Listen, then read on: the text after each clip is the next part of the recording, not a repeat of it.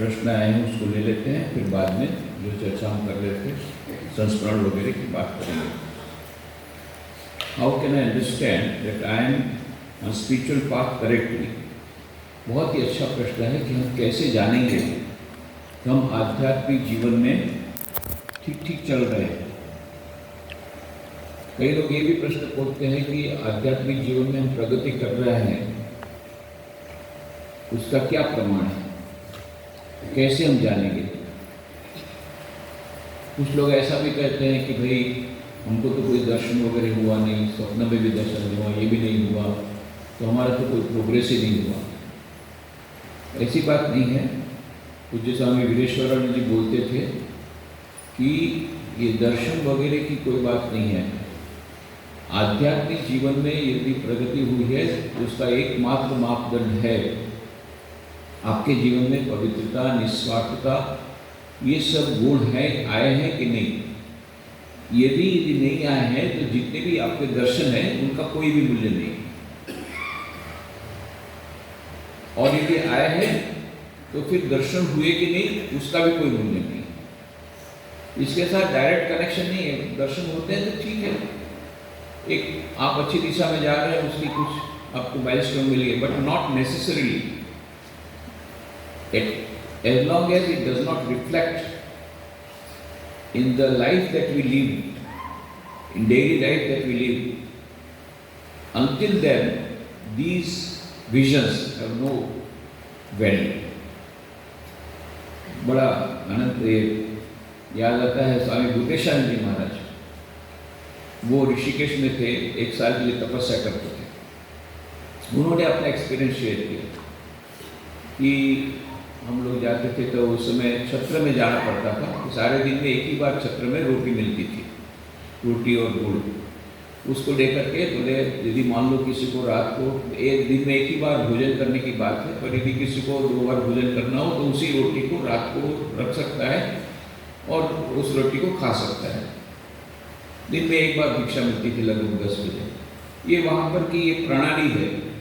उत्तराखंड में जो भी साधु लोग हैं, छत्र रहते हैं, अन्न क्षेत्र, वहाँ पर जाकर के ये सब लोग को भिक्षा मिलती है। अब उनके पास की कुटिया में एक और साधु था, रामकृष्ण मिशन का नहीं था, बाहर का था। वो रोज महाराज को बोलता था, अरे कल रात को तो कृष्ण भगवान आए, इतना सुंदर दर्शन हुआ, फिर दूसरे दिनों और इस प्रकार से। तो महाराज को मन में बड़ा दुख होता था, अरे मैं इतने समय से साधना कर रहा हूँ, मेरे को कोई दर्शन नहीं हुआ। फिर एक बार देखा उन्होंने, छत्र में गए थे रोटी लेने के लिए, भिक्षा लेने के लिए, वो साधु एक रोटी के लिए झगड़ा कर रहा है, किसी को मारपीट कर रहा है। भूतेशानंद महाराज ने कहा, भगवान ठाकुर मुझे ऐसा दर्शन मत दो। दर्शन देने से यदि इसी प्रकार का यदि उसका परिणाम होता हो तो दर्शन से हमको कोई लाभ नहीं है। तो यह जो सो कॉल्ड स्पिरिचुअल विजन्स, इसका मूल्य तभी तक है जब तक कि उसका ट्रांसफॉर्मेशन हमारे जीवन में ट्रांसफॉर्मेशन न हो। और इसीलिए यही प्रश्न जब भगवान श्री कृष्ण को अर्जुन ने कहा, अर्जुन को कहा भगवान श्री कृष्ण ने कि हमारी जो बुद्धि है वो स्थिर हो जाएगी, तभी हम समझेंगे कि हम आध्यात्मिक जीवन में आगे बढ़ेंगे। और तब अर्जुन ने प्रश्न पूछा, द्वितीय अध्याय में आप देखते हैं, स्थित प्रज्ञ से कहा भाषा समाधिस्तस्य केशव स्थितधिकिं प्रभाषेत किमासीत व्रजेत की। तो आपने स्थित प्रज्ञ की बात कही, जो आध्यात्मिक जीवन में सबसे आगे बढ़ गया है, इसकी आपने बात कही। तो ये कैसे चलता है, कैसे बोलता है, कैसे पता पड़ेगा कि ये स्थित प्रज्ञ है? स्थित प्रज्ञ से का भाषा समाधिस्तस्य केशव स्थितधिकिं प्रभाषेत किमासीत व्रजेत किं। वो कैसे चलता है, कैसे बोलता है, कैसे पता पड़ेगा कि ये वो आध्यात्मिकता की उच्च स्थिति में पहुंच गया है, स्थित प्रज्ञ हो गया। तब भगवान श्री कृष्ण ने उसका टेस्ट बताया। क्या बताया? प्रजाहापि यदा कामां सर्वान् पार्थ मनोगतान् आत्मन्येवात्मना तुष्टः स्थित प्रज्ञस्तु दोच्यते। प्रजाहापि यदा कामां, जिसने सभी कामनाओं को, इच्छाओं का त्याग कर दिया। प्रजाहापि यदा कामां सर्वान् पार्थ मनोगतान्, की सभी इच्छाओं का उसने त्याग कर दिया है। तो प्रजापति यदा कामान सर्वान पार्थ मनोगतान आत्मन्येव आत्मना तुष्टः स्थित प्रज्ञस्थ दोषते। वो अपनी आत्मा में ही संतुष्टि है, उसको बाहर की किसी वस्तु की अपेक्षा नहीं है। कोई बाहर की वस्तु या बाहर की कोई चीज उससे उसके ऊपर कोई फर्क नहीं पड़ता। वो अपने आप में आनंद में रहता है। आत्मनेव आत्मना तुष्ट, अपने आप में वो संतुष्टि है, उसको बाहर की किसी वस्तु की आवश्यकता नहीं, अपने आप को संतुष्टि देने के लिए। ये है स्थित प्रज्ञ। ये मानो सब्जेक्टिव टेस्ट है। हम स्वयं आध्यात्मिक जीवन में आगे बढ़े हैं कि नहीं, उसका टेस्ट करना हो, परीक्षा करना हो, तो हमको देख लेना चाहिए कि हम अपने आप में संतुष्ट है या नहीं, या अपने को संतुष्टि देने के लिए, अपने को आनंद देने के लिए उनको बाहर की किसी वस्तु की आवश्यकता पड़ती है या नहीं। अब दूसरा भी ऑब्जेक्टिव टेस्ट दिया कि मेरे को तो पता पड़ गया कि मैं आध्यात्मिक जीवन में आगे बढ़ा हूँ कि नहीं, और सामने वाला व्यक्ति वो आध्यात्मिक जीवन में आगे बढ़ा कि नहीं, कैसे पता पड़ेगा। तो फिर ऑब्जेक्टिव टेस्ट बताते हैं। ऑब्जेक्टिव टेस्ट में क्या बताया, पहला था सब्जेक्टिव टेस्ट, दूसरा है ऑब्जेक्टिव टेस्ट। ये हमको बाहर से पता पड़ जाएगा। दुखेश्वरु दिग्नमना सुखेशु विगत स्त्रियः वीतराग भय क्रोध स्थित धीर्मुनि उच्यते। दुखेश्वरु दिग्नमना, कितना भी दुख उस पर पड़ता है, उसके जीवन में आता है, वो विचलित नहीं होता वो। और सुखेश्वरु दुखेशु विघ्नमना सुखेशु विगत स्त्रियः, बहुत सारा सुख आता है तो वो छट नहीं जाता है, उसमें स्त्रिया उसकी नहीं होती, आसक्त नहीं हो जाता उस सुख में। और दुखेश्वरु दिग्गमना सुखेशु विगत स्त्रियः वीतराग भय क्रोध, तीन चीजों का उसने त्याग कर दिया। वीतराग, राग माने आसक्ति, भय और क्रोध, ये तीन वस्तुएं जिसकी चली गई है, तो हमको समझना चाहिए जितनी मात्रा में चली गई है, संपूर्ण चली गई तब तो संपूर्ण हो गया, अस्तित्व प्रज्ञ हो गया, और जितनी मात्रा में चली गई उतनी मात्रा में उसकी आध्यात्मिक प्रगति हो गई। That is the measure of spiritual development. तो इसलिए फिर पूज्य वीरेश्वर जी महाराज को पूछा गया कि अब ये लक्षण तो पता लग गया, विलक्षण आएंगे कैसे। उन्हें बहुत सुंदर उत्तर दिया कि श्रीधर ने कहा है कि इन लक्षणों को अपने आप में उतारने का प्रयत्न करना, यही इन लक्षणों की तरफ हमको ले जाएगा।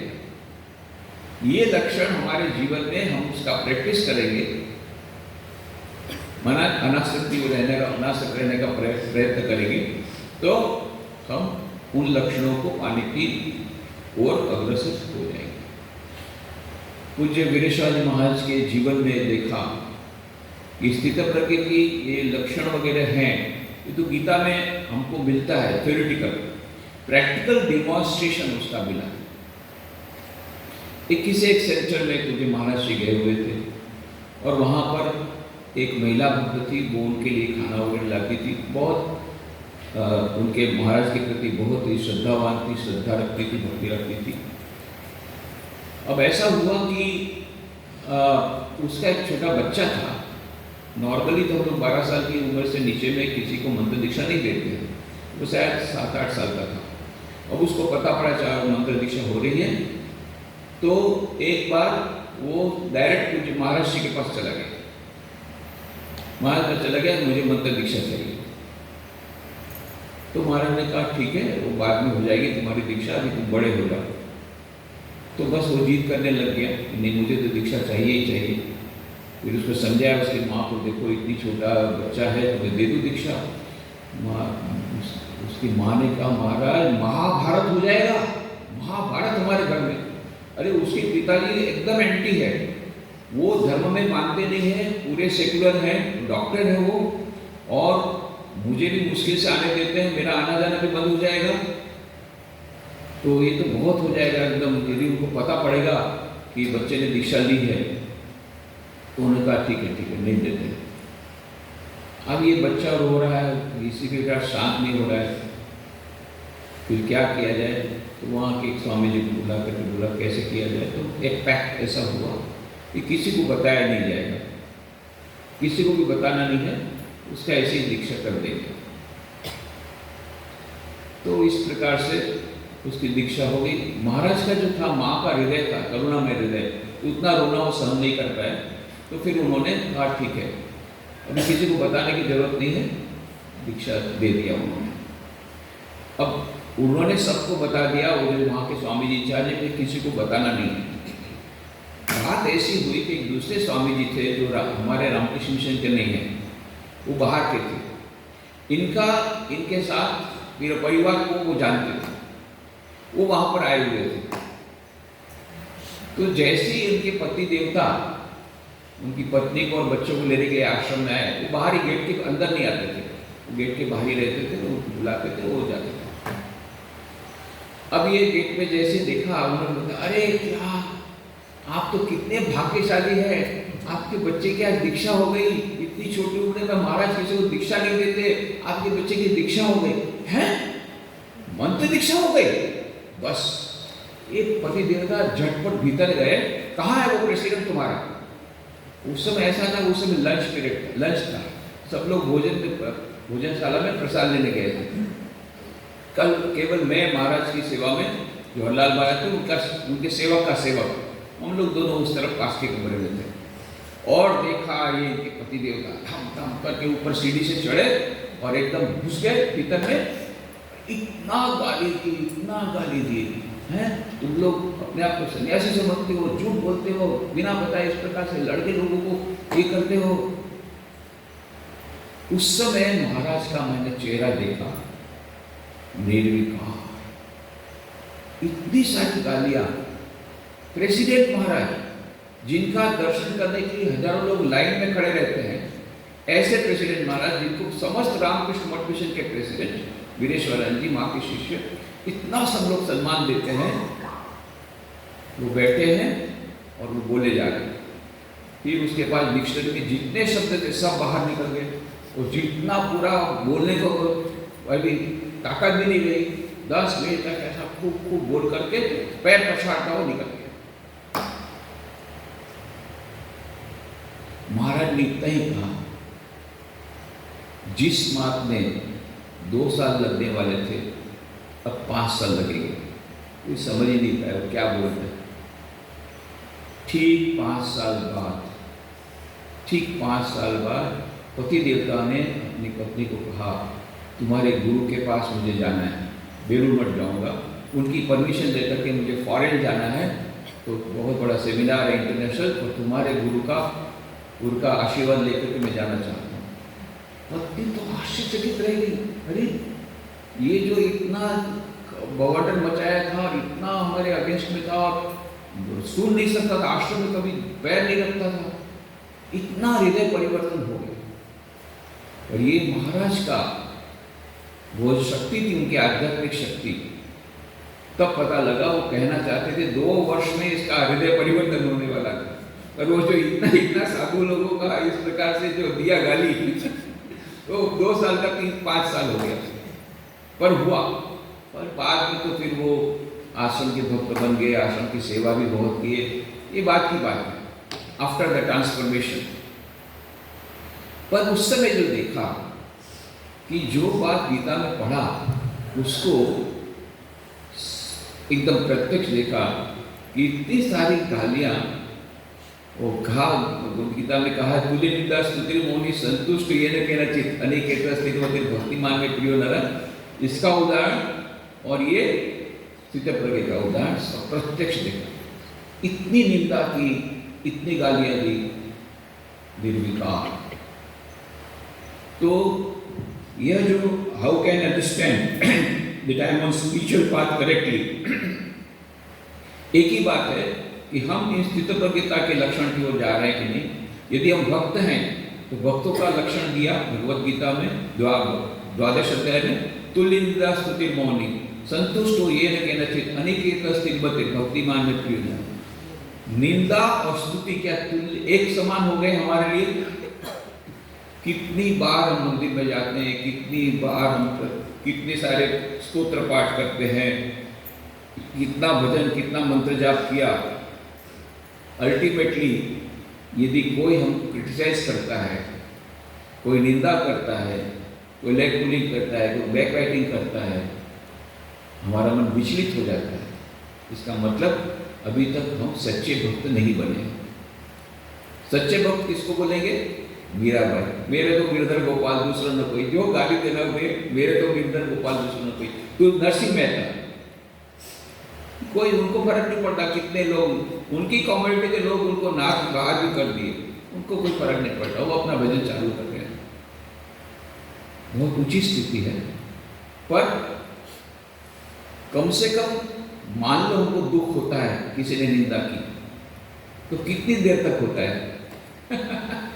चलो होता है, अभी तक हम उस स्थिति में नहीं पहुंच गए, हमको नहीं दुख होता है। किसी को एक दिन तक होता है, किसी को एक महीने तक होता है, कोई सारी जिंदगी याद रखता है। तो कम से कम इतना हो जाएगा यदि हम आध्यात्मिक से आगे बढ़े तो 2-4 दिन के बाद जाने दो। There are more things to be thought of, greater things to be thought of. ये चीज ज्यादा महत्व की नहीं है। कौन क्या बोलता है? हाथी चले बाजार में, कुत्ता हो के 1000, साधु को दुर्भावनी, निंदे चाहे संसार। फिर ऐसा उसके मन में धीरे धीरे आ जाता है। पहले दिन नहीं आया, कुछ दिनों के बाद आ गए, चलो उतना भी प्रोग्रेस हो गया। So the amount of progress depends upon your the way you live, not on the number of visions. मैं भक्ति के पथ पर चल रहा हूं, आनंद भी आता है, बहुत बढ़िया है, लेकिन जब समस्या आती है तब भगवान का विस्मरण होता है। तो उल्टी बात है भाई, ज्यादा से ज्यादा लोग क्या करते हैं, जब तक समस्या नहीं आती तब तक भगवान को याद नहीं करते। दुख में सुमिरन सब करे, सुख में करे न कोई, जो सुख में सुमिरन करे तो दुख काहे को होए। ये अधिकांश लोगों का ऐसा होता है, जैसे दुख आया हे भगवान बचाओ, और जब दुख नहीं आया तो भगवान को चढ़ा दिया ऊपर, अपनी मस्ती में रह गए। ऐसा साधारण तो होता है। या इनका उल्टा है कि भक्ति के पद पर चल रहा हूँ, आनंद भी आता है, लेकिन जब समस्या आती है तो भगवान का विस्मरण होता है। विस्मरण होना तो ठीक नहीं है, उस समय ज्यादा स्मरण होना चाहिए कि हे प्रभु हमें रक्षा करो, हमारी रक्षा करो। या ये भी आप रक्षा करना भी नहीं चाहते हैं कि नहीं हम हमारी रक्षा हो, ऐसा नहीं चाहते मन में कि भगवान आपने दिया है मुझे ये मुसीबत, ये भी आपका आशीर्वाद है, ये भी आपका आशीर्वाद है, तो कम से कम उसको सहन करने की शक्ति दो। या फिर और उससे बढ़कर के हैं और भी ज़्यादा महान भक्त हैं, हे भगवान बहुत अच्छा किया, आपने ये मुसीबत दी, मुझे दुख दिया, उसके कारण मेरा आध्यात्मिक प्रगति होगी, क्योंकि ऐसा बोलते लौकिक दुख जितना होता है उतना अलौकिक सुख मिलता है। या नरसिंह मेहता के समान भूलुत हुई भांगी जंजाड़, सुखे समर सुश्री गोपाल, ये हाईएस्ट स्टेट है, उतना नहीं पहुंच सकते तो कम से कम इतना करिए। परंतु विस्मरण भगवान का किसी हालत में नहीं होना चाहिए, बल्कि ज्यादा होना चाहिए। How to be fearless even at the time of death? only two alternatives. One, दो ही उपाय है, एक ज्ञान का, एक भक्ति का। या तो हम अपने आप को माने कि मैं आत्मा हूँ, चिदानंद रूप शिवोहम। जितना हमारी देह की बुद्धि कम होगी उतना हमारा डर, क्योंकि ये तो शरीर है, मैं तो शरीर नहीं हूँ, चला जाएगा, ये देहात्म बुद्धि कम हो जाएगी। चिदानंद रूप शिवोहम ज्ञान योग का प्रैक्टिस करते करते। या फिर दूसरा उपाय है, हम भक्त हैं तो पूरी श्रद्धा है कि मृत्यु के समय ईश्वर हमको आकर के ले जाएंगे अपने साथ परम सुख धाम में, तो हमको डरने की क्या बात है। ये हमारी जो मैच्योर होगी भक्ति, मैच्योरिटी जब आएगी भक्ति की, जब फल जब कच्चा रहता है तब नहीं, पक्का होता है, जब हमारी भक्ति पक्की हो जाएगी तब इस प्रकार की स्थिति होगी। तो इसी के लिए तो प्रयत्न करना है, सारी साधना तो इसी के लिए है। How to conquer the fear of death. यदि ये हो गया, if you have conquered that, if you have conquered the fear of death, that means you have conquered death, that means you have become immortal, that means you have achieved the goal of life. सारी साधना तो इसी के लिए, ये साधना करते करते करते धीरे धीरे यह बढ़ जाएगा। How did Shri Ramakrishna get the name? The original name was Gadadhar. इसके बारे में अभी भी कुछ क्लियर नहीं बोल सकते। किसी ने कहा कि तोतापुरी जी ने नाम दिया रामकृष्ण देव का, पर कुछ लोग बोलते नहीं, रामकृष्ण देव का नाम दूसरा नाम रामकृष्ण ही था, क्योंकि उनके परिवार में सभी का नाम राम से था, है ना। रामचंद्र, राम कुमार, सभी राम, उनके भांजे भी हृदय राम, पूरा वो पूरे उनके रामेश्वरम जी की पूजा करते थे। और यह जो उनके इष्ट देवता थे रघुवीर राम, तो रामचंद्र जी के साथ परिवार का बहुत ये मेल, इसमें बहुत मेल था। इसलिए जितने भी नाम उनके थे, चाहे लड़कियों का लड़कों का, सब में राम लगता था। इसलिए एक थ्योरी ये भी है कि श्री रामकृष्ण का नाम पहले से ही था रामकृष्ण चट्टोपाध्याय, पर उसको गदाधर इसलिए बोलते थे क्योंकि गदाधर भगवान ने उनको दर्शन दिया था, खुदीराम चट्टोपाध्याय उनके पिताजी को, कि मैं तेरे यहाँ जन्म लूंगा। इसलिए जब जन्म हुआ तो उसका नाम गदाधर रखा गया। गदाधर से फिर गदाई हुआ, प्रेम से उसको गदाई पुकारते थे, पर उसका ऑफिशियल नाम रामकृष्ण ही रखा गया था। ऐसी एक थ्योरी है। तो इस पर अभी रिसर्च चल रही है, अभी तक फाइनल नहीं हुआ।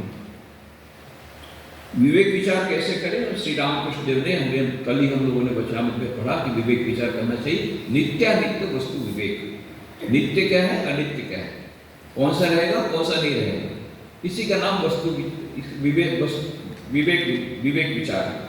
तो विवेक चूड़ामणि जो ग्रंथ है उसमें विस्तार से ये बताया है, बड़े विस्तार से बताया। विवेक चूड़ामणि ग्रंथ इस विवेक बुद्धि के लिए सर्वश्रेष्ठ है। और ये विचार बुद्धि या विवेक बुद्धि जितनी है, जितनी मात्रा में विवेक बुद्धि जिस मात्रा में इस मनुष्य में बढ़ा ज्यादा है, उतनी मात्रा में वो मनुष्य उतना उन्नत है। और जिसमें सबसे ज्यादा विवेक बुद्धि है उसका नाम विवेकानंद है। क्यों विवेकानंद? क्योंकि उसमें विवेक बुद्धि थी। क्यों विवेक बुद्धि थी? क्योंकि जब जगन माता के पास गए, उन्होंने क्या मांगा? इतना अधिक उनको दुख था, घर पे खाने को नहीं था, फिर भी वो नहीं मांग सके कि मेरी नौकरी दिला दो। उस समय नौकरी नहीं थी उनकी, फिर भी उन्होंने कहा कि मुझे नौकरी दिला दो, अच्छी नौकरी दिला दो। या ये भी नहीं कहा कि मुझे पैसा दो, कुछ नहीं मांग सके। 3 बार गए, ज्ञान दो, भक्ति दो, विवेक दो, वैराग्य दो। इसलिए उनको विवेक मिला इसलिए विवेकानंद बने, नहीं तो पैसे वाले बनते और लोगों को भूल जाते। तो ये विवेक बुद्धि जितनी मात्रा में जिस मनुष्य में विवेक बुद्धि है, उतनी मात्रा में वो मनुष्य आध्यात्मिक रूप से उन्नत है। उतनी मात्रा में he is an evolved person, उतनी मात्रा में वो पशु योनि से ऊपर उठ गया। पशु मनुष्य में अंतर दूसरा कुछ नहीं है, दूसरा कोई अंतर नहीं है। ये विवेक बुद्धि अंतर है, और बाकी सब तो ठीक है, सबके पास है। The phenomena of man, Teilhard de Chardin एक बहुत बड़े वैज्ञानिक हो गए, उन्होंने ये प्रश्न किया है द फिनोमिना ऑफ मैन में कि what is the difference between a man and animal. मनुष्य पशु में अंतर क्या है? इसने कहा इंटेलिजेंस, उन्होंने कहा नॉट नेसेसरली सो। पशु में भी बुद्धि रहती है। एक बिल्ली है आपके पास, आपने देखा रात में दूध रखा था अपने किचन में, बिल्ली ने देखा, आपने सुबह देखा कि बिल्ली तो दूध चोरी करके चली गई। तो आपने क्या किया? आपने बुद्धि लगाई और दूध को छिपा करके वहाँ किचन में नहीं रखा, दूसरी जगह रखा। दूसरे दिन देखा बिल्ली वहां से भी चोरी करके ले गई, तो कौन ज्यादा इंटेलिजेंट? तो बिल्ली में भी बुद्धि है। Then what is the difference between man and animal? तो तब उसे कहते हैं, बहुत अच्छी बात उन्होंने कही टेलर डी शार्डे ने, while a man knows what he knows, an animal does not know what it knows. मनुष्य जानता है कि वो क्या जानता है, पशु नहीं जानता कि वो क्या जानता है। वो ये तो जानती है बिल्ली की कैसे चोरी करनी, पर चोरी करना पाप है या पुण्य? ये विवेक बुद्धि केवल मनुष्य में है। ये कार्य अच्छा है या बुरा, ये सोचने की बुद्धि, विवेक बुद्धि केवल मनुष्य में है, पशु में नहीं है। पशु ये जान सकता है कैसे चोरी करना, और चोरी करना पाप या पुण्य वो मनुष्य सोचता है। इसलिए जिस मनुष्य में विवेक बुद्धि जितनी मात्रा में है, उतनी मात्रा में वो उन्नत मनुष्य है।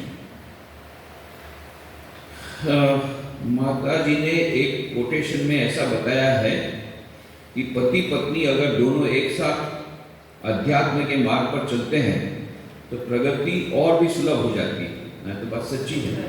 तो प्रश्न क्या है? प्रश्न ये है, मगर दोनों एक साथ एक ही गुरु महाराज की दीक्षार्थी हैं और अचानक से एक ने दूसरे का साथ छोड़ के रामकृष्ण लोक में गति प्राप्त की, तो दूसरे ने अपना मार्गक्रमण किस तरह से करना है? आप भी चले जाइए रामकृष्ण लोक में, हो गया खत्म, प्रॉब्लम सॉल्व। इसका मतलब ये नहीं कि आप सुसाइड करें। तो इसके लिए जिस प्रकार से पत्नी गई है साधना करके उसने सिद्धि प्राप्त कर ली, अब आपको भी साधना करनी है। तो ये क्यों कहा था माँ ने? इसलिए कहा था कि पति पत्नी दोनों आध्यात्मिक मार्ग पर एक साथ रहे तो प्रगति आध्यात्म अच्छी होती है। नहीं तो क्या होता है, कई बार देखा गया पत्नी बोलती मैं आश्रम जाऊंगी, पति बोलता क्या रखा है आश्रम में, अरे बूढ़ा पे तो यही सब करना है, चल अभी सिनेमा देख। वो सिनेमा देखने जाता है, ये बोलते मैं आश्रम जाऊंगी, तो वहीं से झगड़ा शुरू हो गया। तो उस मन में तो शांति नहीं है, क्या करेगी वो? जब करने बैठी पर पति का वो जो गाली दिया वो गाली मन में आ रही है कि ऐसा ऐसा गाली दिया, उसको शांति नहीं है, तो कैसे प्रगति होगी? कभी कभी उल्टा भी होता है, पति देवता आश्रम आते हैं तो पत्नी उसको झाड़ती है, कैसे भी करके आश्रम जाना बंद करो, अभी संसार में ध्यान दो, तो ऐसा भी होता है। इसलिए दोनों यदि आध्यात्मिक मार्ग पर रहें तो प्रगति जल्दी होती है, इसलिए माने ऐसा कहा। पर अब पत्नी नहीं रही तो इसका मतलब थोड़ी है कि हम अपना ये साधना छोड़ देंगे।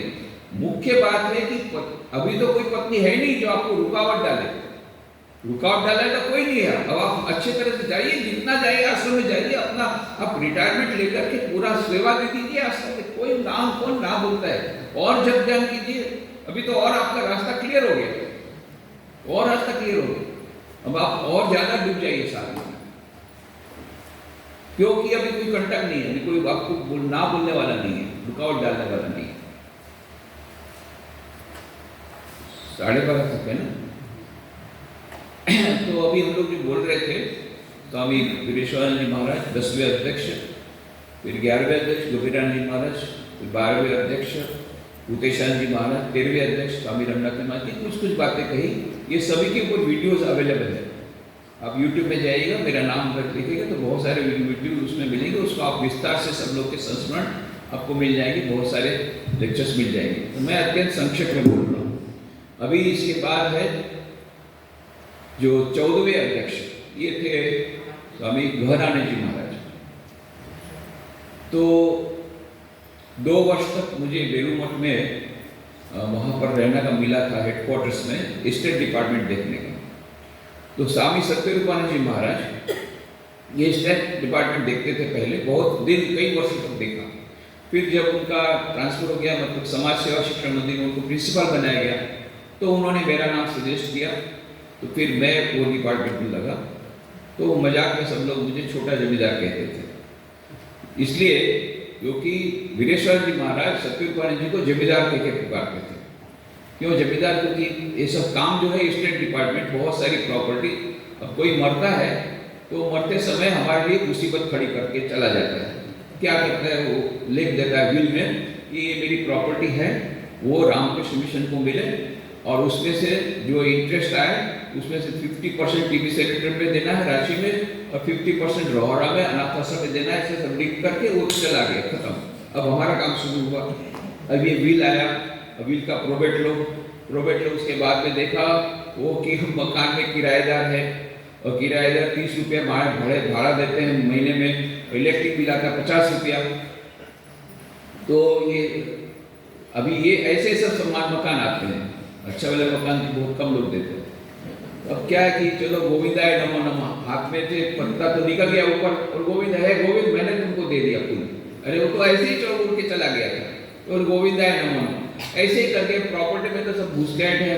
फिर एविक्शन सूट करो, फिर एविक्शन सूट में लंबा चलता है, एज इट इज बेच दो, जो पैसा मिले जा करके उसको फिक्स डिपॉजिट में डालो, फिर 50% टीवी सेंटर में जाएगा, 50% रोहड़ा में जाएगा।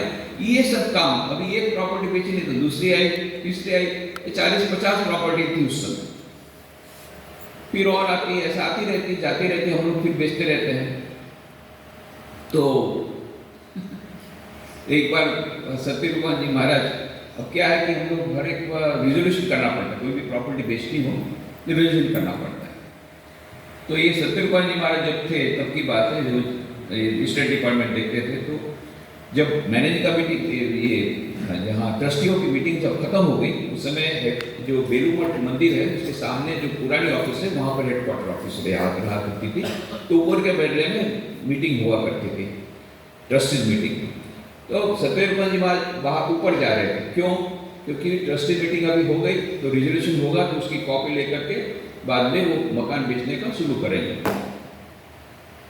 उसी समय रास्ते में सीढ़ी पर ही मुलाकात होती उनकी कैलाशानंद महाराज के साथ। ये कैलाशानंद महाराज उस समय वाइस प्रेसिडेंट थे, ये बंगाल के थे, तो बंगाल के पश्चिम पूर्व बंगाल के थे, बांग्लादेश जिसको बोलते, वहाँ की भाषा बोलते थे। हालांकि ढाका यूनिवर्सिटी के प्रोफेसर थे, हिस्ट्री में बहुत साल तक उन्होंने प्रोफेसरगिरी की, और वो उन्होंने जब रामकृष्ण में ज्वाइन किया, महापुरुष महाराज के वो डिसाइपल थे, तब आप सोचिए मास्टर वहाँ से भक्त लोगों को बोल रहे देखो देखो महापुरुष महाराज की महिमा देखो, ढाका यूनिवर्सिटी के प्रोफेसर को भी सन्यासी बना दिया। माने इतना ज़्यादा उनका अचीवमेंट माना जाता था कि महापुरुष महाराज ने एक हिस्ट्री के प्रोफेसर को, ढाका यूनिवर्सिटी के प्रोफेसर को, अभी भी मुझे ढाका जाना हुआ तो इतना एक सहयोग है कि उसी हिस्ट्री डिपार्टमेंट में मेरा प्रोग्राम था, मेरा लेक्चर था, तो हिस्ट्री डिपार्टमेंट में मैंने पूछा मैं सचमुच में क्या थे, तो उनका पुराना नाम मुझे पता था, तो निकाला उन्होंने, हाँ ये तो 8 साल तक यहाँ पर प्रोफेसर थे इस डिपार्टमेंट में, हिस्ट्री में। तो जो भी हो, ये कैलाशन महाराज आ रहे थे तो सत्य रूपा जी बात मिला कर रहे की है कि तुम्हारा सब समय एक रेजोल्यूशन दिए जाते, ये क्या बात है, हर समय तुम्हारे हर मीटिंग में तुम्हारा रिजोल्यूशन होता है तुम्हारे डिपार्टमेंट का, ये मकान बेचना होगा। हमारा सत्यपाल जी हाथ जोड़ के कहा महाराज बात ये है कि अभी हम लोग क्या है, ये सब मकान है ना बेच करके सब हमारा काम समाप्त करना चाहते हैं। तो महाराज ने प्रणाम किया, इतने बड़े वाइस प्रेसिडेंट महाराज सत्यपाल जी प्रणाम कर रहे हैं, तो महाराज तो बहुत घबरा गए, तुरंत उनको प्रणाम करके बोला महाराज अपराध देवेंद्र, मेरा अपराध क्षमा कीजिए, मुझे क्या अपराध हुआ जो आप मुझे नमस्कार कर रहे हैं। कह रहे थे हमारे अपनी बात ने कहा ना, আমি শুনিয়াছিলাম কাজ করতে করতে মানুষ শেষ হইয়া যায়, अभी तुम ही ना तो बोल कि कहाँ शेष हो जावे। बोले मैंने सुना था कि काम करते करते मनुष्य खत्म हो जाता है, अभी तुमसे मैंने नई बात आज सीखी कि काम खत्म हो जाएगा। कहाँ शेष होए ना, फिर बोला उन्होंने कहाँ शेष होए ना, मानुष शेष हो जाए, काज करते करते मानुष शेष हो जाए, लेकिन काम कभी खत्म नहीं होता है, वो मनुष्य ही खत्म हो जाता है काम करते करते, पर काम कभी खत्म नहीं होता। कहने का मतलब था काम चल रहा है, उसके बीच में जब ध्यान करना पड़ेगा। तो जो भी हो, तो ये सत्य रूपानंद जी महाराज तो बाद में चले गए और मुझे दे गए अपना भाग, तो मैं छोटा जमींदार बना। अब हमारे मेरा इमीडिएट बॉस थे स्वामी गहनानंद जी महाराज, वो असिस्टेंट जनरल सेक्रेटरी, तो उनके पास मुझे जाना पड़ता था, 2 साल तक वहाँ के साथ रहने का मौका मिला। आदर्श कर्मयोगी किसको बोलते हैं, प्रत्यक्ष देखा। स्वामी विवेकानंद ने कहा है, the calmer we are, the less disturb our nerves, the more shall we love and the better will work be. हम जितना शांत रहेंगे उतना हमारा कार्य अच्छा रहेगा, ये उनको देखा मैंने। कभी उनको क्रोधित नहीं देखा, कभी नहीं। इतना सारा काम करते थे पर और इतना एफिशिएंटली, इतनी कुशलतापूर्वक, शांत चित्त से, एकदम शांत चित्त से, अद्भुत बात। और कैसे कर्मयोगी थे, कर्म करने वाले और कर्म योगी ये दोनों में फर्क है, तो ये अंतर दिखा उसमें। उन्होंने काम तो बहुत किया पर कर्म योगी की तरह किया। उसका उदाहरण मैं बताता हूँ कि अभी कभी कभी ऐसा भी होता था, उनका रूटीन पहले बता दूँ। वो असिस्टेंट जनरल सेक्रेटरी थे पूरे रामकृष्ण मठ मिशन के, उसके अंडर में बहुत सारे डिपार्टमेंट थे हेडक्वार्टर के। एक डिपार्टमेंट मेरा वाला था, स्टेट डिपार्टमेंट, लॉ डिपार्टमेंट था, पोस्टिंग था, ऐसा बहुत सारे डिपार्टमेंट के थे। इतना हेडक्वार्टर का काम, ऊपर से रामकृष्ण मिशन सेवा प्रतिष्ठान कलकत्ता, उसमें जो 550 बेड हॉस्पिटल है उसके भी वो सेक्रेटरी थे, डबल ड्यूटी थी। तो सुबह से लेकर के 1 बजे तक पूरा हेडक्वार्टर का काम निपटा करके भोजन करने के बाद तुरंत निकल जाते थे गाड़ी में बैठ करके सेवा प्रतिष्ठान। वहाँ जाकर के इतने सारे प्रॉब्लम, डॉक्टर का प्रॉब्लम, नर्सेस का प्रॉब्लम, पेशेंट का प्रॉब्लम, ये प्रॉब्लम, वो प्रॉब्लम, शांत चित्ते सारे दिन में वो सब प्रॉब्लम निपटाए। फिर उसके बाद गए वकील के यहाँ, शाम को वकील के यहाँ जा करके उसके पास से, क्योंकि लॉ डिपार्टमेंट का था, उनके साथ ये करके उनका सलाह लेकर के रात को 10 बजे पहुँचे। 10 बजे पहुँचने के बाद सबसे पहले माँ के मंदिर में जाते, माँ का मंदिर बंद होता था, फिर भी वहाँ जाकर के बाहर से प्रणाम करते थे, ये उनका क्रम था।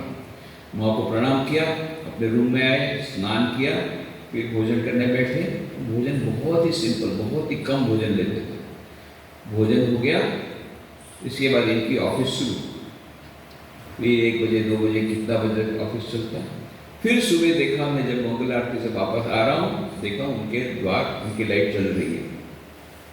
इतना काम करके कब वो सोते थे, कब ये करते थे, फिर भी उनका जब बराबर रहता था और उनका बस एकदम उनके सिर पे कभी हमने देखा नहीं कि वो उत्तेजित होकर के किसी से बात करते। ये आदर्श कर्मयोगी। एक बार ऐसा कुछ था, कुछ ऐसा स्पेशल एक मामला था, तो मैं लेकर के गया सुबह 10 बजे। उन्होंने देखा भाई इस पर तो डिस्कशन करना पड़ेगा। तो जब हम नीरीबिरी आज गए, मैंने जब मैं अकेला होऊंगा ना, मैंने ये सब इतनी भीड़ भाड़ है, सब कितने लोग देखने आए हैं, लंबा लंबा लाइन है, बोले ये सब में तुम्हारे साथ डिस्कशन नहीं होगा, इसके लिए अलग लंबा डिस्कशन चाहिए। एक काम करो, जरा थोड़ा अलग से आओ। बोले ठीक है, आप बोलेंगे उस समय आ जाए। रात को 1 बजे आओ। बोला भैया इतना सारा दिन काम किए हैं, सारा करते रात को 1 बजे, मुझे बड़ा डर लगा कि 1 बजे उनको मैं परेशान करूँगा। ये अब तो बोले हैं तो जाना पड़ेगा। 1 बजे जाके देखा लंबी लाइन, सुबह लाइन थी, डिवोटीज क्या सब बाकी लोग, बाहर के लोग, अभी सन्यास, सभी को वही टाइम दिया। बोले जो डिस्कस करने का है वो सब वही है। ऐसा करके 2 बजे मेरी छुट्टी हुई।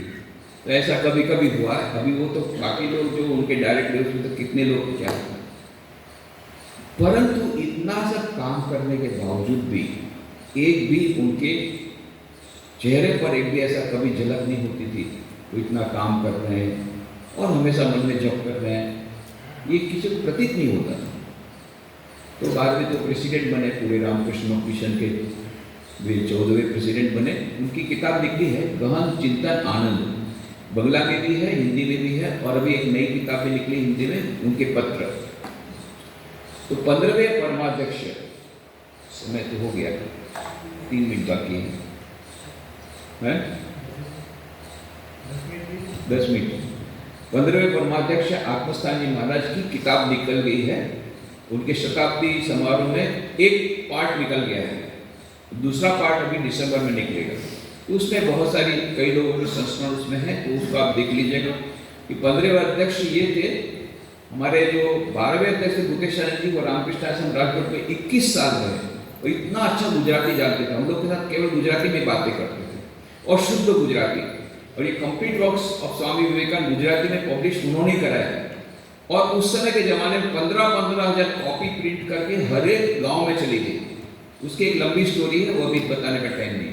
आत्मस्थान जी महाराज ने बहुत अच्छा गुजराती सीख लिए, बहुत अच्छा, और गुजराती में प्रवचन भी देते थे।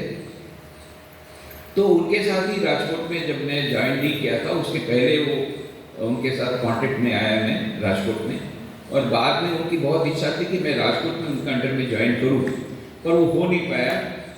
बाद में जब बेलूमठ में वो असिस्टेंट सेक्रेटरी हुए, तो उस समय फिर उनके पास मैं ज्वाइन करने गया। इतने खुश हुए कि आखिर मेरे पास आना पड़ा। जैसे वो जीत गए, तो आखिर मेरे पास ही आना पड़ा। फिर वो पीपीडीसी उसी समय हम लोगों ने शुरू किया और ये सब हो गया। परंतु उनका प्रेम इतना अधिक, बाहर से बहुत डांटते थे पर हृदय उनका इतना कोमल। तो देखा कि मैं बराबर रात को भोजन नहीं कर रहा हूँ, उनको कहीं से पता पड़ गया क्या बात है। बोले नहीं इस पल मेरे भोजन करने की इच्छा नहीं होती। क्या हो गया? तो वहाँ का पानी सूट नहीं करता था मुझे। तो देखा कि भोजन सूट नहीं हो रहा है, तो उन्होंने कहा कल से सुबह मेरे पास आना। तो उनके लिए नाश्ता आता था विशेष, वो नाश्ता का आधा मुझे देते थे और आधा खुद खाते थे। देखिए, एक ब्रह्मचारी नया ज्वाइन किया, पर उनका हृदय देखिए कि नहीं तुमको कुछ तकलीफ नहीं होनी चाहिए, डॉक्टर को भी बताया, सब बताया, जो भी हो, और उनका हृदय ऐसा था। तो जब ये बात की बात है, जब मैं एक ही बात पे आ जाता हूँ सीधा से, बहुत सारी बातें छोड़ देते हैं, तो वो सब संस्करण तो आ गए हैं उसमें। उसकी वीडियो भी है, वीडियो आप देख लीजिएगा। तो लास्ट बात में आता हूँ कि करीब करीब 2002 की बात है। तो आप सोच सकते हैं मैं उनके अंडर में ज्वाइन किया हूँ, उनके अंडर मैंने ज्वाइन किया है पीपीटीसी में, बेलूमठ में। वो जब असिस्टेंट सेक्रेटरी थे वो पीपीटीसी देखते थे, नए कर्मचारी को वो दिखते थे। तो उनके साथ मेरा क्या संबंध है? वो तो कितने मुझसे सीनियर हैं, मैं तो कल का ब्रह्मचारी, बाद में भी सन्यासी हो गया। चलो, अभी मुझे एक बात बोलते, छोटे बच्चे के समान, देखो पोरबंदर तो हो गया, बहुत अच्छा हो गया, अभी तुम मुझे दिलारा बंगलो दे दो, बड़ौदा में जो दिलारा बंगलो जहाँ स्वामी जी ठहरे थे वो मुझे दे दो, तो मैं निश्चित रूप से मर सकूंगा। मुझे बोलते हैं छोटे बच्चे साहब, मैंने कहा आप इतना जल्दी मरने वाले नहीं हैं। बोले देखो मुझे तुम्हारा लेक्चर नहीं चाहिए, मुझे दिलारा बंगलो चाहिए। मैं बोले मेरे पॉकेट में है जो आपको दूंगा। ऐसा बात कर रहे हैं जैसे पॉकेट में, बोले मेरे को लॉजेस दे दो, छोटा बच्चा मेरे को लॉजेस दे दो, लॉजेस दे दो, बोले मेरे दिलारा बंगलो दे दो, दिलारा बंगलो मेरे पॉकेट में जो आपको दूंगा। मैंने बोला उनको, बोले ना और दिलारा बंगलो दे दो। पीछे पड़ गए, अरे इतने senior Swami ji vice president उस समय, बाद में प्रेसिडेंट बने 15, उस समय तो वाइस प्रेसिडेंट थे, वो पीछे लग गए। क्या करूं? फिर मुझे याद आया कि हम लोगों ने जो 20 करोड़ रुपए का काम किया था राहत कार्य, अर्थक्वेक रिलीफ, उसमें हम लोगों ने 81 स्कूल बिल्डिंग बनाई थी और 6 कॉलोनी बनाई थी। उससे से 3 कॉलोनी और 37 स्कूल हमने पोरबंदर में बनाए थे। उस समय पोरबंदर में था। एक कॉलोनी के उद्घाटन के लिए उस समय मुख्यमंत्री नरेंद्र मोदी वो आए थे, तो उन्होंने अपने प्रवचन में कहा, आत्मसन्मान नाम लेकर के उनके पास में बहुत जाया करता था राजकोट में जब थे, तो बस मुझे याद है, पकड़ लिया उनका। तो फिर मैंने महाराज के साथ उनका बात करा दिया। महाराज का उन्होंने कहा, उस समय मुख्यमंत्री थे, हाँ मैं दिलारा बंगलो दे दूँगा आपको। फिर उसके बाद मैं गया उनके पास गांधीनगर मिलने के लिए, नहीं आपके हाथ में नहीं दूँगा, मैं मेरे गुरु हैं उनके हाथ में दूँगा, उनको आना पड़ेगा। बोला कि हाँ वो आएंगे। फिर उनसे बात करा दिया, उन्होंने कहा मैं आऊँगा। और फिर 2 साल तक बहुत प्रयत्न करना पड़ा, फाइल वगैरह मूव नहीं होती थी। तो ये हर महीना मुझे फोन करते थे आत्मसन्मान, ए दिलारा बंगलो की बोलो महाराज फाइल चलছে, फाइल चलছে यार, फाइल चलছে, इतना जोर से गुस्सा करते थे। तो केवल फाइल ही चल रही, केवल फाइल ही चल रही तुम्हारी। फिर मैं गांधीनगर जाता, ऐसा करके 30 बार गांधीनगर गया 2 साल में, और 3000 टेलीफोन कॉल किए, तब जाकर के दिलारा बंगलो को ऑर्डर आया। और इतने खुश हो गए आत्मस्थानी महाराज। फिर 18 अप्रैल 2005 को नरेंद्र मोदी खुद आए और दिलारा बंगलो उनके हाथ में दिया, सौंप दिया। महाराज बहुत खुश हो गए, बोले तुमने दिलारा को दे दिया? दे दिया, अच्छा ठीक है, अभी तो बेलूमठ आना, तुमको अच्छा प्रसाद खिलाऊंगा। फिर बाद में वो 9 अप्रैल 2013 को मुझे नरेंद्र मोदी ने कहा कि महाराज का वो प्रसाद बाकी है, आप व्यवस्था करो। फिर व्यवस्था मैंने की, फिर वो गए, बोले आपको भी साथ में आना है, मैं भी गया। और फिर बहुत उस समय तो बहुत हंसी मजाक हुई, ये सब अभी वीडियो आ गया है। जो भी वो कहने का मतलब ये है, what does it show? Swami Vivekananda के प्रति उतना कितना अनुराग, कितनी भक्ति कि स्वामी विवेकानंद की चरण धूलि दिलारा हम लोगों को पड़ी है, उसको मेमोरियल बनाना ही है, कैसे भी करके मेमोरियल बनाना। आज मेमोरियल बन गया। और पोरबंदर में भी उन्होंने बनाया, उन्होंने 74 में वो फोटो बड़ा लगाया, वहाँ पर टिक लगाई, वो मार्बल प्लेट लगाया कि यहाँ स्वामी जी रहे थे। और बाद में उन्होंने ही भूतेशाह जी बाद प्रेसिडेंट थे, उनको मनवाया कि रामकृष्ण मिशन को ये बंगला लेना चाहिए, तो टूट जाएगा हमेशा की हमारी स्मृति चली जाएगी। और उसके पहले लिबड़ी में जो राजमहल है, वो जो रामकृष्ण प्रार्थना मंदिर को दिया, उसके पीछे भी उनका हाथ है। वो तो अपने आप में बहुत लंबी कहानी, किस प्रकार से शबीर भाई शाह इनको ठाकुर ने दर्शन दिया, और किस प्रकार से राजमाता प्रवीण कुंवर बा को ठाकुर ने दर्शन दिया, और किस प्रकार से ठाकुर प्रवीण कुंवर बा ने छबील भाई शाह को, किस प्रकार से छबील भाई की पत्नी को ठाकुर का दर्शन हुआ। ये सब अपने आप में लंबी कहानी है, वो आपको मिल जाएगी उस वीडियो में। और मुख्य बात है कि आत्मस्थानी जी महाराज जब राजकोट के अध्यक्ष थे रामकृष्ण आश्रम के, तब ये छबील भाई को उन्होंने पूरा मार्गदर्शन दिया, तब जाकर के वो प्राइवेट सेंटर बना था, और तब जाकर के ये हुआ है। तो गुजरात में अभी 3 मेमोरियल है, हालांकि उसको डेवलप करना भी बाकी है। पर हमारे कब्जे में आ गए तीनों बिल्डिंग। एक पैलेस जिसमें यशवंत सिंह जी लिमड़ी के महाराजा के अतिथि के रूप में स्वामी विवेकानंद रहे थे लिमड़ी में। पोरबंदर में जिस भोजेश्वर बंगलों में स्वामी विवेकानंद रहे थे, उस समय के एडमिनिस्ट्रेटर शंकर पांडु पंडित उनके गेस्ट के रूप में करीब 4 महीना रहे थे। और बड़ौदा में जो उस समय के दीवान थे, तत्कालीन दीवान मणिभाई जजभाई, उनके अतिथि के रूप में दिलारा बंगलों में रहे थे। तो ये तीनों जगह पर मेमोरियल बन गया है और उसको अभी और भी अच्छा करना है। वहाँ एग्जीबिशन ये सब होना बाकी, पर रिनोवेशन तो थोड़ा थोड़ा हो गया है और रिनोवेशन और भी करना बाकी, खास करके पोरबंदर में, लिमड़ी में 2 जगह पर। बड़ौदा का तो रिनोवेशन हो गया, पर वहाँ पर एग्जीबिशन वगैरह भी नहीं हुआ है। उसके लिए प्रयत्न चल रहा है। सारे विश्व में 15 मेमोरियल है, उसमें से 3 अमेरिका में, 12 भारत में, उसमें से 3 सबसे ज़्यादा गुजरात में। ये गुजरात का गौरव है। स्वामी जी सबसे ज़्यादा गुजरात में रहे, जब पूरा भ्रमण कर रहे थे अमेरिका जाने के पहले, सबसे ज़्यादा गुजरात में रहे। इसीलिए हमने गुजरात सरकार को बोला कि यहाँ पर विवेकानंद टूरिस्ट सर्किट बनाइए, उसका भी प्रयत्न चल रहा है। और इसी के संदर्भ में हम लोगों ने एक गुजरात तीर्थ यात्रा का आयोजन किया है 1 फरवरी से 9 फरवरी तक। तो करीब करीब 100 सन्यासी सारे देश के ये लोग आएंगे, अहमदाबाद आएंगे, फिर वहाँ से जाएंगे बड़ौदा, बड़ौदा से फिर स्टैचू ऑफ यूनिटी देख करके फिर बड़ौदा होते हुए, लिमड़ी होते हुए, राजकोट होते हुए, जूनागढ़ होते हुए सोमनाथ जाएंगे, सोमनाथ से पोरबंदर होते हुए द्वारका जाएंगे, फिर द्वारका से फिर राजकोट होते अहमदाबाद जाएंगे। तो 1 से 9 फरवरी तक का पूरा प्रोग्राम है। तो बहुत बड़ा प्रोजेक्ट है। उसके लिए गुजरात सरकार ने भी हमको सहायता दी है, आर्थिक सहायता दी है, और भी आर्थिक सहायता हम लोग ले रहे हैं, और बाकी सब भी स्पॉन्सरिंग हो रहा है। तो एक बहुत बड़ी बात है। पर ये जो बता रहा हूँ, इन सब के पीछे मूल में है स्वामी आत्मस्थान जी। उन्होंने यह 3 मेमोरियल बनाए और उनकी इच्छा थी कि स्वामी विवेकानंद की चरण धूलि जहाँ पड़ी है उसका उसकी स्मृति बनी रहे। उसी कार्य को हम लोग आगे बढ़ा रहे हैं। तो इसलिए ये बहुत ही आनंद हुआ, आप लोग इतने सारे लोग आए, एक सतयुग आ गया।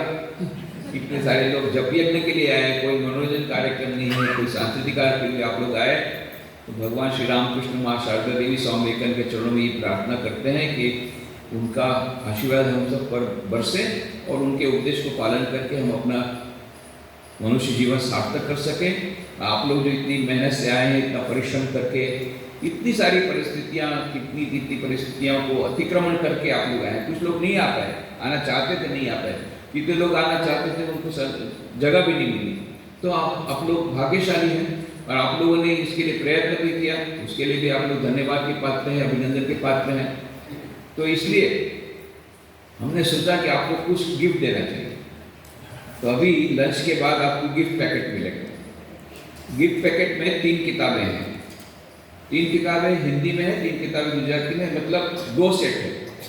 तो जो लोग हिंदी चाहते हिंदी सेट लेंगे, गुजराती चाहते गुजराती से 2 सेट नहीं लेना है। कोई 2 में से 1 ही सेट लेना है, नहीं तो किसी को नहीं मिलेगा। तो ये जो सेट है उसमें क्या क्या है? तो एक है रामकृष्ण की आरती। ये रामकृष्ण की आरती जो किताब है वो, इसमें खंडन भवन जो प्रार्थना सारे विश्व में होती है, हमारे 265 सेंटर में और 1200 प्राइवेट सेंटर में रोज प्रतिदिन, जिसकी रचना स्वामी विवेकानंद ने खुद ने की थी, उसकी पूरा एक्सप्लेनेशन इसमें दिया हुआ है। तो ये रामकृष्ण आरती का पूरा एक्सप्लेनेशन इसमें मिलेगा। फिर एकाग्रता और ध्यान। तो एकाग्रता ध्यान के संबंध में मैंने ये रामकृष्ण आरती कैसे बनी, मैं जब वहाँ राजकोट में था तो हमारे अध्यक्ष थे मुमुक्षानंद जी महाराज। उन्होंने कहा देखो भाई, तुम हर शनिवार को कथा पाठ करते हो, तो सब भक्त लोग बोलते हैं रामकृष्ण आरती करते तो उसका मीनिंग हमको पता नहीं रहता, तो मीनिंग होने से अच्छा रहता, तो कोई यदि कोई अर्थ बता दे तो बहुत अच्छा हो। तो उन्होंने मुझे कहा कि तुम कथामृत का थोड़ा समय अभी बंद करो, उसके बदले ही आरती के बारे में कुछ उनको अर्थ बता दो तो अच्छा रहेगा। बोले हाँ ठीक है। मैंने अर्थ बताना शुरू किया। अरे बाबा तो भीतर अंदर घुस रहा हूँ, बाहर ही नहीं आ पा रहा। 9 महीना चला गया। 9 महीने के बाद मुश्किल से रामकृष्ण आरती, क्योंकि मुझे पता नहीं था उसमें इतना गहरा अर्थ है। मानो गागर में सागर भर दिया। स्वामी विवेकानंद को गिरीश घोष ने कहा था कि तुमसे एक अनुरोध है। स्वामी जी ने कहा, भाई जीसी तुम ऐसी बात मत करो, तुम आदेश दो। जीसी माने गिरीश चंद्र घोष को जीसी कहते थे। स्वामी विवेकानंद तो उस समय विद्यार्थी जब उस रामकृष्ण का जीसी तुम आप हमको आदेश दीजिए, आपको अनुरोध क्या करना है। बोले आप देखो भाई नरेंद्र, तुमको भगवान ने इतनी सारी शक्ति दी है और वक्तृता शक्ति भी दी है, लेखन शक्ति भी दी है, तो मेरी इच्छा है कि तुम रामकृष्ण देव का एक जीवन चरित्र लिखो। तब स्वामी विवेकानंद, देखिए भाई जीसी, आपने जो पहली बात की वो बिल्कुल ठीक है। मेरे में इतनी शक्ति, कभी कभी तो मुझे लगता है इतनी शक्ति भीतर में है कि पूरी पृथ्वी को गेंद के समान हाथ में रख करके फेंक सकता हूँ, ऐसी शक्ति मुझ में बनाती है। और दूसरी जो बात कही कि रामकृष्ण देव की जीवनी, ये मेरे से नहीं होगा। अरे रामकृष्ण देव को मैं समझा ही कितना हूँ जो उनके बारे में लिखूं। अरे वे तो अनंत ब्रह्म की भी कोई व्याख्या कर सकता है, पर रामकृष्ण तो उनसे भी ज्यादा महिमान्वित है। तो क्या मैं चाहते हूँ कि मैं शिव जी की मूर्ति बनाते बनाते बंदर की मूर्ति बनाओ? एक आदमी को बोला गया तुम शिव जी की मूर्ति बनाओ, बाद में देखो बंदर की मूर्ति बन गई। तो बोले क्या ऐसा चाहते हैं कि मैं भी इस प्रकार से बोलूँ? नहीं, मेरे से ये नहीं होगा। सचमुच में स्वामी विवेकानंद ने रामकृष्ण देव का जीवन नहीं लिखा, बाद में स्वामी शारदानंद जी ने लीला प्रसंग लिखा, परंतु भले उन्होंने जीवन चरित्र नहीं लिखा, ये जो रामकृष्ण आरती में गागर में सागर भर दिया, उनके सारा जीवन, उनके सब सद्गुण, उनके जो गुण, उनका संदेश सब कुछ इसमें आ गया एक आरती खंडन भवन जो कि संचालित है। तो इसको आप पढ़ सकते हैं। एकाग्रता और ध्यान, तो रामकृष्ण कथामृत का और ये आरती का जो प्रवचन खत्म होने के बाद मैं राजकोट में एकाग्रता ध्यान पर प्रवचन करता था। तो 223 लेक्चर हुए, उसके बाद में मेरा ट्रांसफर हो गया पोरबंदर में। तो ये 223 लेक्चर का कुछ जिस मैंने रामकृष्ण ज्योति में छापा था, उसी के ऊपर से ज्योतिर्मय थानकी ने उसको सवार करके एक किताब निकाली गुजराती में, तो उसी का अनुवाद है एकाग्रता ध्यान। गुजराती हिंदी अनुवाद अभी अभी प्रकाशित हुआ है। ये और रामकृष्ण आरती पहले गुजराती में प्रकाशित, फिर हिंदी में। उसी प्रकार से आधुनिक और शांति की खोज में, ये तीसरी किताब है। तो इसमें ये गुजराती किताब भी मेरे प्रवचनों के आधार पर ज्योतिर्मय थानकी प्रत्येक रविवार को मेरे लेक्चर में आती थी और मेरा दूसरे लेक्चर भी सुनती थी। मेरे जो रामकृष्ण के जो एडिटोरियल थे उससे मिल करके उन्होंने ये किताब बनाई थी। ये भी बहुत प्रसिद्ध हुई तो गुजराती में, तो इसी का ये हिंदी अनुवाद है। तो इसमें बहुत सारे चैप्टर हैं। इसमें से विभिन्न परिस्थितियों में कैसे मन की शांति मिले।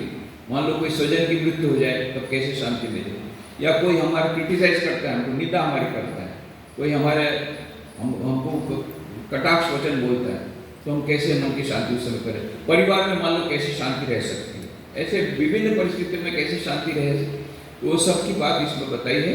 ये 3 किताबें ये गिफ्ट के रूप में मैं लाया हूँ राजकोट से, खास आपके लिए। जब मैंने सुना आप लोग इतना परिश्रम करके और इतनी उत्कंठा के साथ आप लोग जब यज्ञ में शामिल हुए हैं, तो मैंने सोचा कि आप लोगों को कुछ न कुछ रिवार्ड मिलना चाहिए, छोटा सा रिवार्ड।